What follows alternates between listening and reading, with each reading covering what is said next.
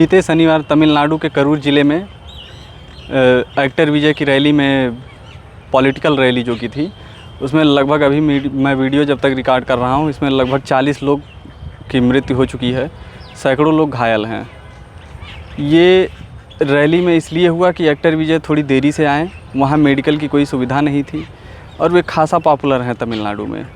तो जैसे वे मंच पर पहुँचे, उन्हें देखने के लिए भीड़ आगे बढ़ी और आगे बढ़ने के दौरान ये सारी घटनाएं घटित हुई हैं। फ़िलहाल वहाँ के मुख्यमंत्री एम.के. स्टालिन ने पर पर्सन 10 लाख रुपए देने की घोषणा की है, वो भी मुख्यमंत्री राहत कोष से।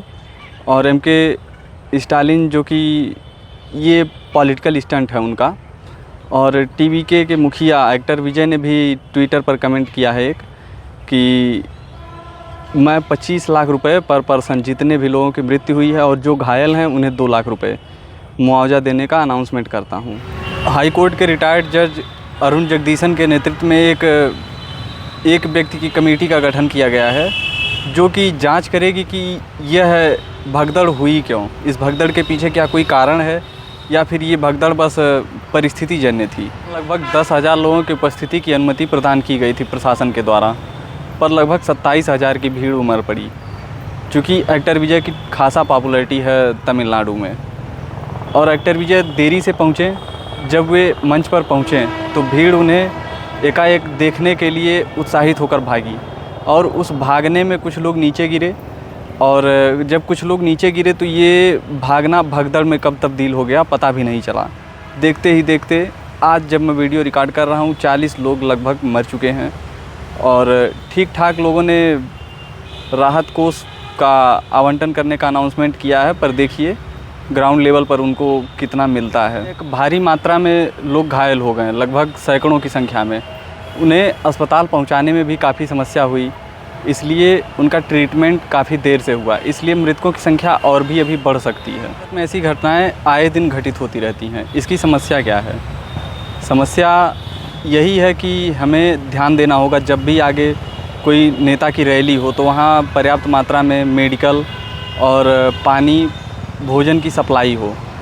और यह भी ध्यान दिया जाए कि वहाँ के जो नेता हैं, जो स्टेज पर आने वाले हैं, उनके आने में देरी ना हो। अगर हम चाहते हैं कि भविष्य में ऐसी घटनाएं ना घटें, तो हमें जितनी भी रैलियां होती हैं उन्हें आयोजन स्थल पर ही लाना होगा और आयोजन स्थल की संख्या निर्धारित करनी होगी, उन्हें लाइसेंस प्रदान करना होगा, वहाँ छाया लानी होगी, मतलब वृक्ष लगाने होंगे उस रैली स्थल पर, पानी की सुगमता हो, प्लस में एम्बुलेंस हो।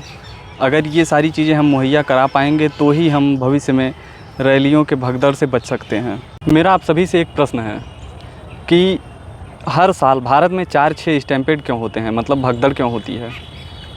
अगर आप सिर्फ ये कहकर बचना चाह रहे हैं कि भगदड़ में जिम्मेदार वे होते हैं जो रैली या किसी आयोजन स्थल पर आयोजन कराते हैं, या फिर प्रशासन की गलती है कि वे पर्याप्त सुरक्षा नहीं दे पाते, या फिर मेडिकल सुविधा की कमी, तो मैं कहूँगा कि मेडिकल सुविधा की कमी हो सकती है, प्रशासन की थोड़ी लापरवाही हो सकती है।